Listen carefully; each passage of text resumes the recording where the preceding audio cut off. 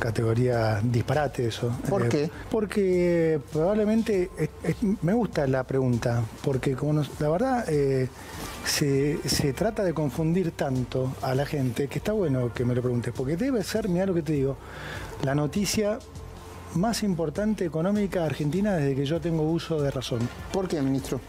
Porque es una noticia totalmente que va a favor de los argentinos.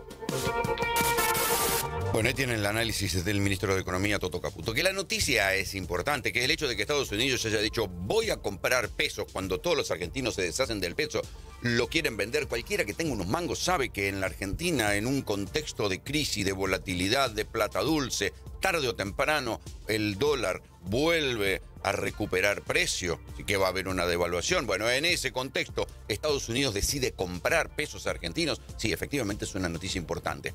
Pero tal vez no por los motivos en los que lo evalúa Caputo. Caputo dice, es una noticia importante porque es buena para todos los argentinos, mientras que uno puede decir, a ver, hay que abrir un paréntesis ahí y decir, bueno, para todos seguro que no, porque hay una parte importante del laburo de los fabricantes, de los trabajadores, de los consumidores, que están padeciendo lo que está provocando el dólar barato, o sea, la plata dulce. Lo que está haciendo Caputo es decir, señores, nosotros ahora con el acuerdo de Estados Unidos tenemos de respaldo atrás al fabricante de dólares y va a poner los dólares necesarios para que no haya que devaluar el peso. ¿Eso qué va a generar?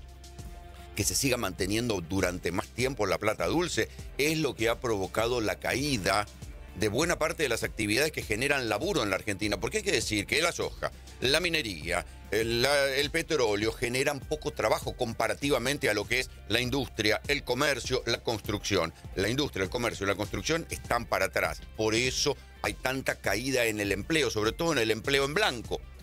Esta continuación de la plata dulce que promete Caputo, ¿es hasta las elecciones o es después de las elecciones también? El dato para mí más inquietante, que lo sostengan hasta las elecciones forma parte del paisaje. Ahora bien, que Caputo se jacte de que Estados Unidos va a bancar la plata dulce después de las elecciones, eso es lo verdaderamente preocupante para una cantidad de sectores de la economía. El esquema cambiario lo definimos nosotros. Eso que se dice, el fondo los va a obligar a... No, el fondo no nos obliga a nada. El esquema cambiario lo definimos nosotros y el esquema que hemos definido es el de bandas. Y se va a seguir manteniendo entre bandas y eso es lo que... así se va a continuar. ¿No puede haber una devaluación después del 26? No, de vuelta, siendo que es un esquema de bandas, el tipo de cambio solo puede fluctuar dentro de las bandas. Así que por definición no puede haber una devaluación. Cada vez que Caputo empieza con esos balbuceos es porque está mintiendo. Sí, no hay mucha más explicación. En lingüística nosotros decimos que las formas son contenido y cuando alguien no termina de decir algo convencido y tiene un mecanismo por el cual empieza con estos balbuceos cuando está por decir algo importante y uno da para pensar que es mentira. También hay un viejo apotegma que dice, ya no en la lingüística, sino en la vida misma, que si vos no entendés algo de economía cuando te lo están explicando es porque te están cagando. Pero lo cierto es que Caputo dice, no, el sistema de bandas se va a mantener, no va a haber devaluación. También en el manual del buen ministro de Economía se dice que nunca hay que hablar de una devaluación ni anticipar una devaluación, sino que siempre hay que negarla. O sea que lo que está haciendo Caputo es de manual. El asunto es la geopolítica, o en todo caso es hasta dónde el apoyo de Donald Trump, que hoy es el tipo más poderoso de la Tierra, porque la verdad que hay que reconocer que el tipo viene enhebrando triunfo diplomático tras triunfo diplomático, a veces a fuerza de bomba, a fuerza de aranceles, a veces a fuerza de apriete. Pero fíjense, hoy Trump está hablando en el Parlamento israelí después de la liberación de los rehenes, 1.900 rehenes palestinos soltó Israel y los últimos rehenes que quedaban en la Franja de Gaza después de aquel ataque y aquel secuestro masivo de miles de personas hace ya 2 años. Esa liberación cruzada le permite hoy a Donald Trump ser recibido en el Parlamento israelí como si fuera un prócer. Ha logrado que Irán, después de haberle tirado unos bombazos, se metieran abajo de la cama y que todas las hostilidades que se estaban alentando en Medio Oriente bajaran la espuma y ahora se verá cómo continúa. Trump, que le mandó las lanchas a bombardear las lanchas justamente que salían de Venezuela con sospecha de narcotráfico, que ahora dijo, está bien, vamos a timbiar unos mangos, vamos a poner 14 millones de dólares, como contaba el gallego recién, para que no haya problema para el amigo Milei en esta zona sur del mundo. Ese Trump es el que está apoyando a Milei. Pero ahí hay una cosa que, también importante, y es que el ministro de Economía presenta como un éxito algo que es la evidencia de un fracaso.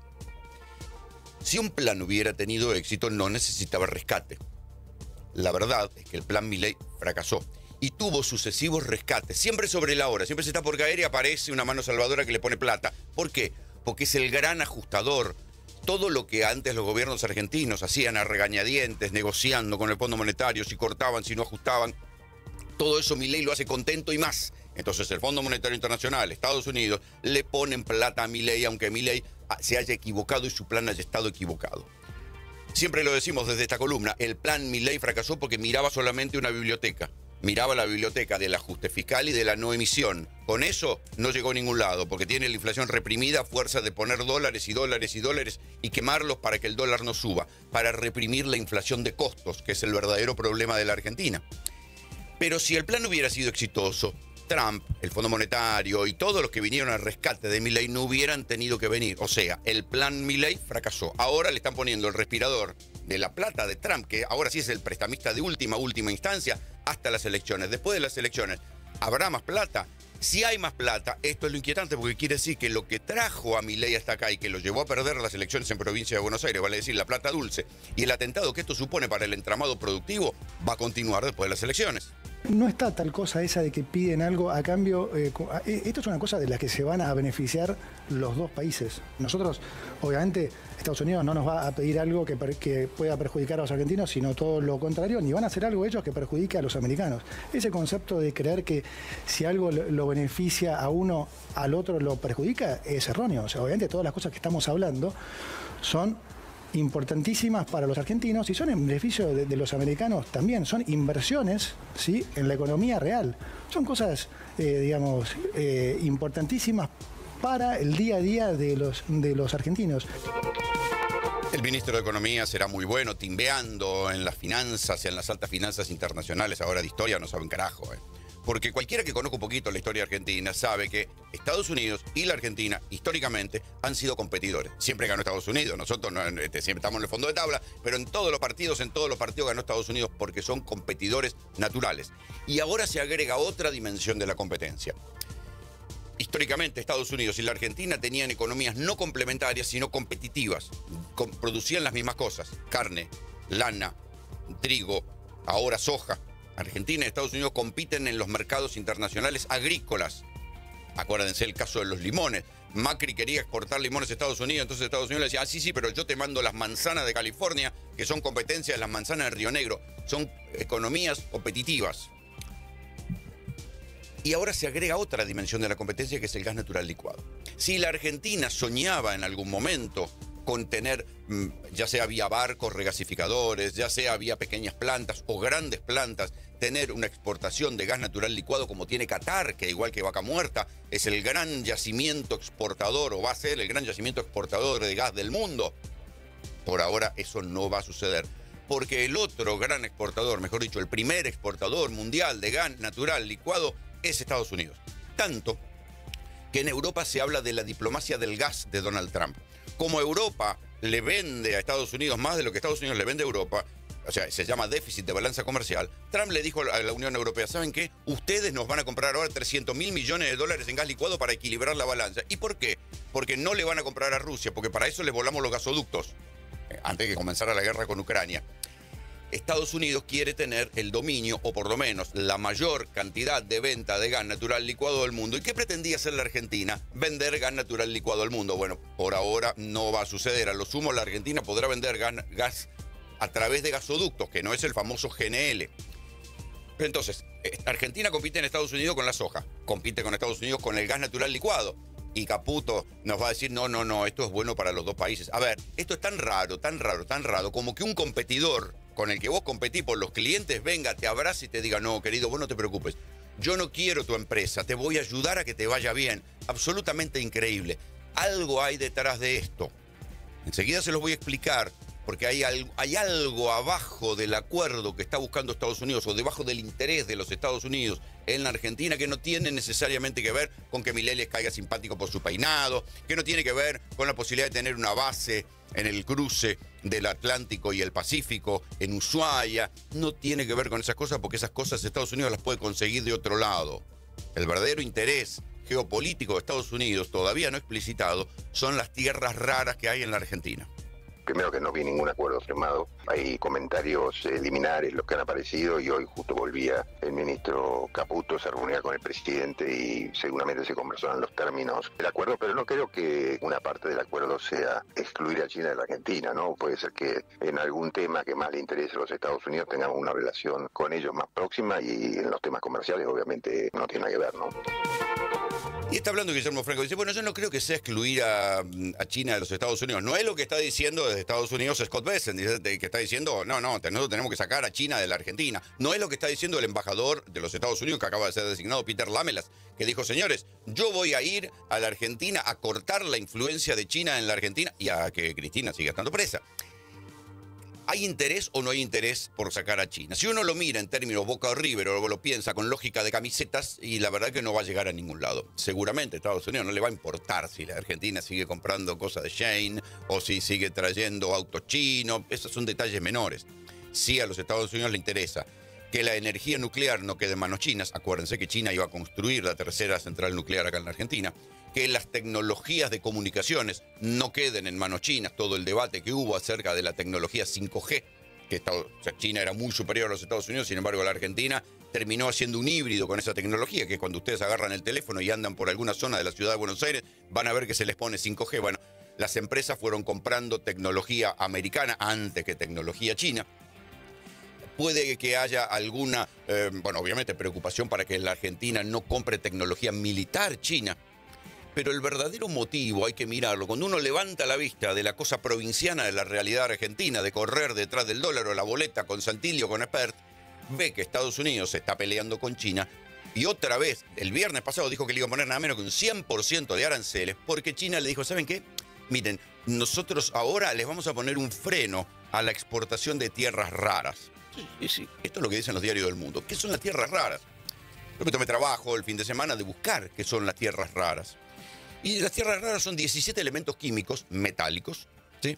Que de nombres que yo nunca conocía, y la verdad, obviamente no soy un experto en química, el escandio, el itrio, pero que poseen propiedades electrónicas, magnéticas y ópticas excepcionales, esenciales para la tecnología moderna, para los celulares, para las turbinas eólicas, para los misiles, para los vehículos eléctricos, o sea, para los autos eléctricos. ¿Quién tiene el dominio de las tierras raras? China. El 60% de la extracción y el 90% del procesamiento global de tierras raras. Entonces, China, ¿qué le dijo a Estados Unidos? ¿Saben qué, muchachos? Vamos a controlar, vamos a manejar nosotros la canilla de la exportación de tierras raras para que ustedes fabriquen armas, celulares, autos eléctricos. Esto provocó una conmoción en la bolsa de los Estados Unidos y al día siguiente Trump, el viernes, contestó diciéndole vamos a volver a poner el 100% de los aranceles a China, algo que en algún momento habían bajado y habían empezado unas negociaciones puntuales con China. O sea que las tierras raras enfurecieron a Trump. ¿Y qué es lo que tiene la Argentina? Justamente tierras raras. Ucrania tiene el 5% de las tierras raras del planeta. La Argentina no se sabe cuántas tierras raras tiene. Se calcula, esperen que ya acá tengo una cifra, hablan de 190.000 toneladas de recursos estimados en yacimientos de tierras raras. La verdad que a mí eso no me dice nada. Pero sí que hay tierras raras en 8 provincias argentinas. Y ahí uno dice, ahora entiendo por qué el embajador de los Estados Unidos, Peter Lamelas, decía que iba a venir a hablar provincia por provincia, gobernador por gobernador, para que no hagan acuerdos minerales con China. Ahí está el verdadero interés. Es un interés geopolítico. La Argentina ha quedado... a Estados Unidos no le interesa el gas porque compite, no le interesa el litio porque lo consigue del otro lado, pero la verdadera batalla para la provisión de la nueva generación de armas y de aparatos electrónicos va a ser por las tierras raras. Igual que en la Primera Guerra Mundial fue una guerra por la provisión del petróleo. Cuando se desata la guerra, ganaba la guerra aquel que tenía acceso a más petróleo. En el caso de la Segunda Guerra Mundial, ganaba la guerra aquel que tuviera más acceso a los metales, que era lo que se usaba drásticamente. Y hoy por hoy en la guerra contemporánea va a ganar la guerra aquel que tenga acceso a estos minerales, llamados tierras raras, que son fundamentales para los drones, para los misiles, para todo lo que sea armamentos teleguiados, para las armas del futuro. Y Argentina se supone que tiene estas benditas tierras raras. Entonces ahí se empieza a explicar un poquito más el interés geopolítico de Trump por bancar a Milei. ¿Lo banca porque le gusta la peluca, las ideas de extrema derecha? Sí, puede ser, pero sobre todo lo banca porque acá hay tierras raras. Tampoco el país necesita tantas leyes, al revés, tenemos leyes de más. Entonces, yo voy a buscar, con todos los que salgan electos, los que ya están, los que ya son senadores, construir una mayoría que nos permita sacar esas leyes fundamentales para el país, con quien sea, con los que haga falta. Patricia Bullrich no deja de provocar mi asombro. Va a ser candidata a senadora por la Ciudad de Buenos Aires y dice, no hacen falta tantas leyes. Ahora que no hacen falta tantas leyes, ¿para qué vas al Senado? Que se supone que el Senado es un lugar donde las leyes no se hacen en cantidad, se hacen mejores. No, el Senado no necesita tantas leyes, yo voy ahí, ¿para qué va entonces? Bueno, no se entiende para qué va Patricia Bullrich al Senado si cree que no hacen falta leyes. Y justamente ahí uno puede decir en términos casi freudianos que lo que está diciendo es que no les interesan las leyes, lo que les interesa es bloquear las leyes, que haya más decretos, más DNU, más vetos, que haya menos leyes, no más leyes. Se supone que una democracia civilizada funciona con más leyes consensuadas, no menos leyes, pero no importa. Patricia Bullrich en algún momento deberá dar explicaciones.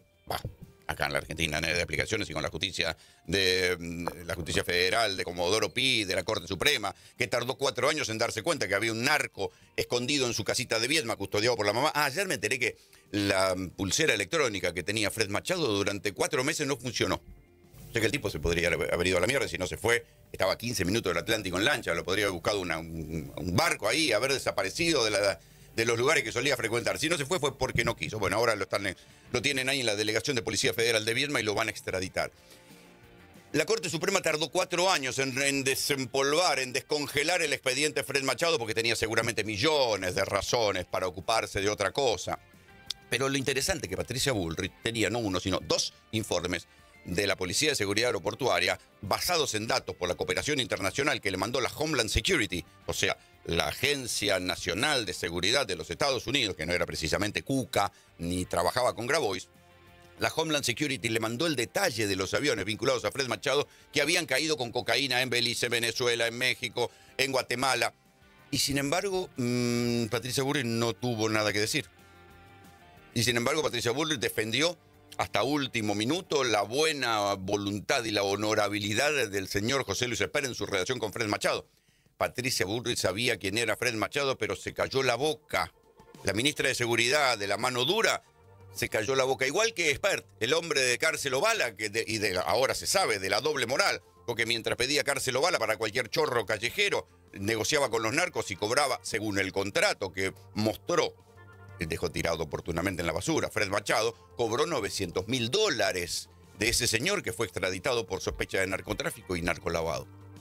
Pero párrafo aparte, también ahora se ve el interés que tenía Patricia Bullrich en decir, no, el triple crimen sucedió en Florencio Varela, esto es culpa del deterioro del tejido social en provincia de Buenos Aires. ¿Se acuerdan que lo hablamos mucho? Ese muchacho del narcotráfico no entiende de General Paz.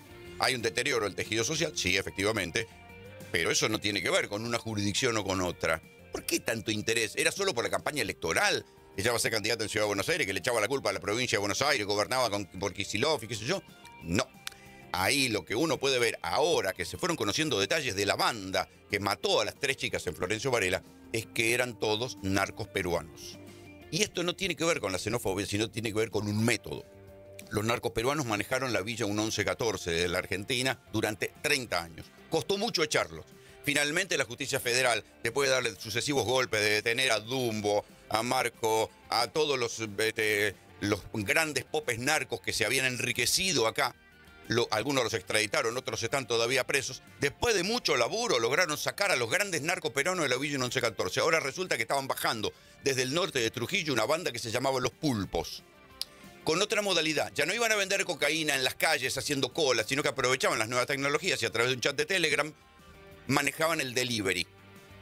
Estaban en la Villa 1114, estaban en la Villa 21, vendían en Florencio Varela, tenían diferentes mulas que iban vendiendo en diferentes lugares. Todos ellos eran narcoperuanos, venidos de Perú. Y sin embargo, esa banda estaba tomando el control de la Villa 1114 para hacer base. Y Patricia Bullrich, la ministra de Seguridad, la que maneja las fuerzas federales, no se enteró de nada. No presentó un solo papel, no presentó una sola denuncia a la justicia de todo esto. Y ella además ahora quiere ser senadora por Capital. Porque recuerden que tanto la Villa 1114 como la 2124 están en Capital Federal y ahí se estaban afincando la banda de los pulpos, de esta nueva generación de narcos peruanos. ¿Por qué es importante resaltar el dato de que son bandas de narcos peruanos? Porque los métodos de tortura y mutilación que trajeron y que pusieron y que escandalizaron a todos aquí en Argentina tienen que ver con lugares donde el narco maneja mucha más plata y maneja terror. Esos países son Bolivia, Perú, Ecuador, Colombia, México. Es ahí donde los narcos tienen estos métodos y desafían a las fuerzas de seguridad. Los que lo hicieron acá no tenían estructura para desafiar a las fuerzas de seguridad, pero querían dejar una imagen de que quien se metiera con ellos le iba a pasar lo que le pasó a las chicas.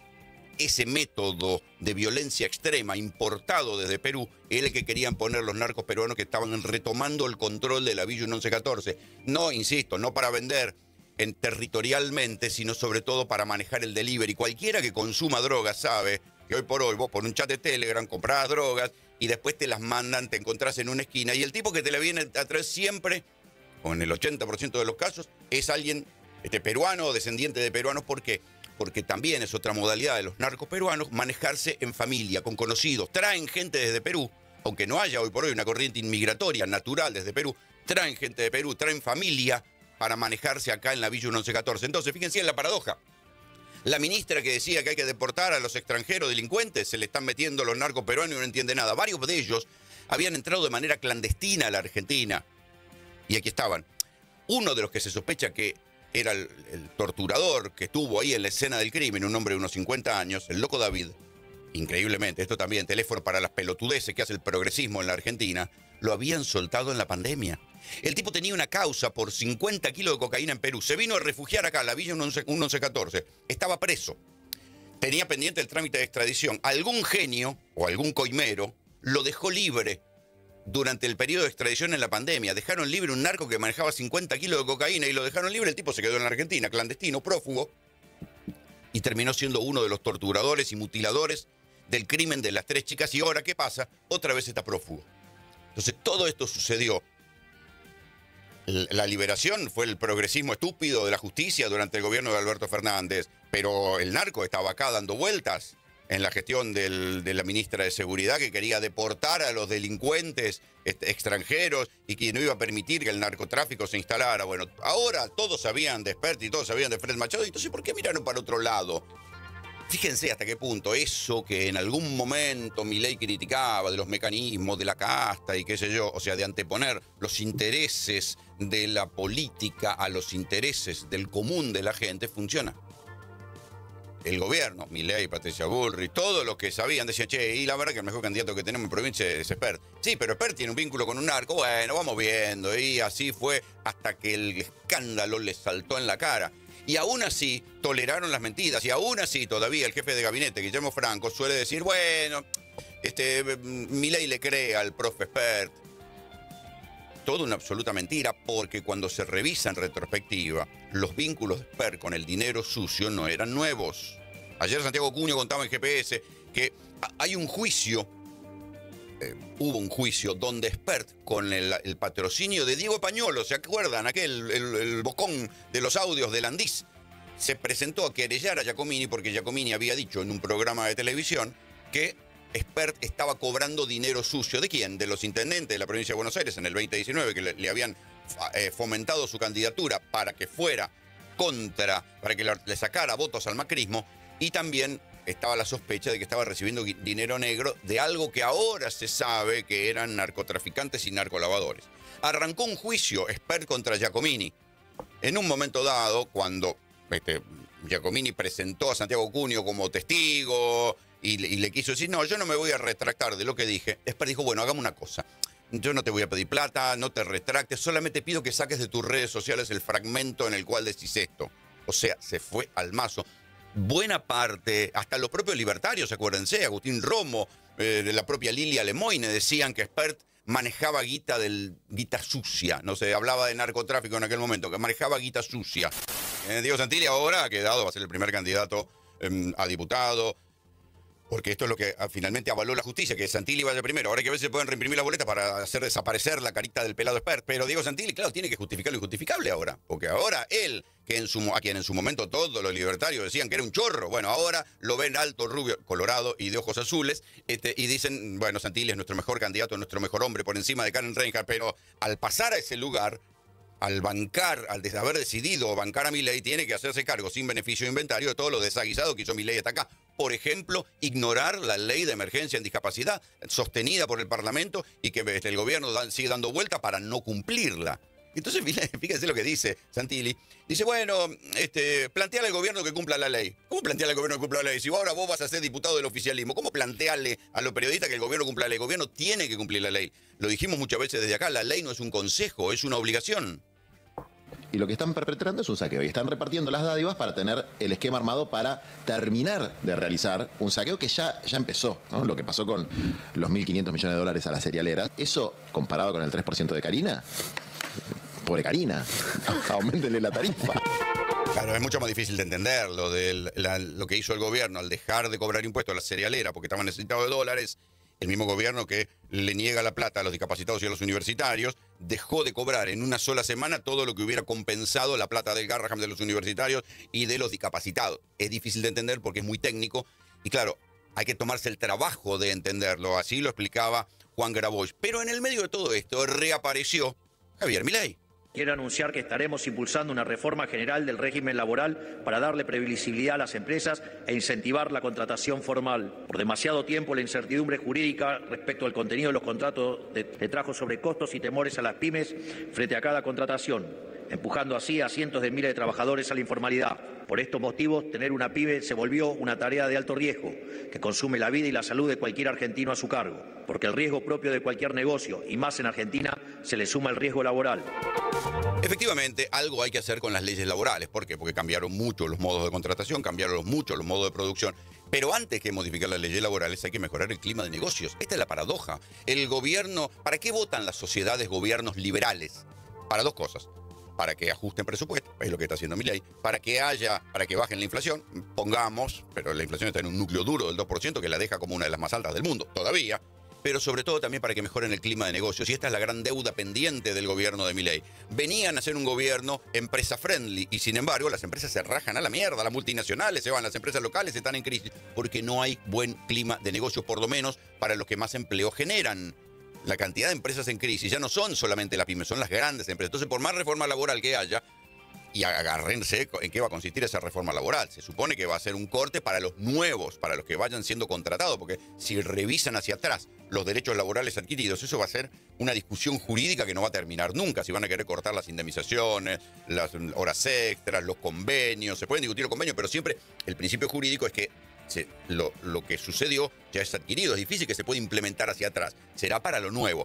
Pero antes que eso, lo que debería hacer un gobierno liberal de derecha, si se atiene a sus propios principios, y para eso lo votaron, es mejorar el clima de negocios, y no que en la Argentina, vía plata dulce, sea más negocio importar que fabricar, sea más negocio poner la guita en plazos fijos o en dólares que dedicarse a producir algo. Hoy es un gran día para el futuro económico de nuestro país. Ayer hemos logrado un apoyo histórico de los Estados Unidos a la República Argentina para proveernos de estabilidad en este momento de turbulencia política. El rumbo que la Argentina ha emprendido desde el 2023 le ha valido el reconocimiento del mundo entero. El coraje, el esfuerzo y la paciencia de todos los argentinos son un ejemplo para las naciones de Occidente. Y Estados Unidos, entre ellas, ha elegido acompañar esta hazaña brindándonos su apoyo financiero en un momento en el que las fuerzas del pasado luchan con todas sus fuerzas para arruinar de nuevo el futuro. Bueno, el relato en términos de historieta, de buenos y malos, viene el séptimo de caballería, rescatar a Milei, que estaba rodeado por los orcos, los gurkas, los indios, como quieran llamarle. Este es el relato simplificado de historieta que suele hacer el gobierno. ¿En qué va a consistir todo esto? ¿Se sabrá algo mañana? Porque Milei está viajando hoy a los Estados Unidos para juntarse mañana con Donald Trump. ¿Se sabrá algo? ¿Habrá alguna firma de un documento? ¿Se traducirá en algo? Hasta ahora, lo que hubo en términos de apoyo de Estados Unidos fueron tweets de Scott Bessent, que en su momento hicieron bajar el dólar. Después, nuevos tweets de Scott Bessent, anuncio del famoso swap de los $20.000 millones, que habrá que reemplazar el swap de China. No se sabe. Y por último, esa intervención que se pensó que era de 250 millones de dólares, que después se pensó que era de 25 y ahora, según contábamos y repasamos recién con el gallego más temprano, era solo de 14 millones de dólares. O sea, que la apuesta de Estados Unidos fue una apuesta chiquitita, 14 millones de dólares para hacer bajar. Y sobre todo la amenaza de decir nosotros los fabricantes de dólares estamos atrás de Milei para que el dólar siga barato. El problema es que lo que trajo hasta acá a Milei, a esta situación de plan económico agotado, fue justamente el dólar barato. Y Milei y Caputo y su gobierno piensan que mantener el dólar barato va a ser lo que va a mejorar la situación de la Argentina. Eso sería si llegaran las inversiones, pero las inversiones no llegan y aunque lleguen van a tardar años en llegar y mientras tanto, ¿qué hacemos?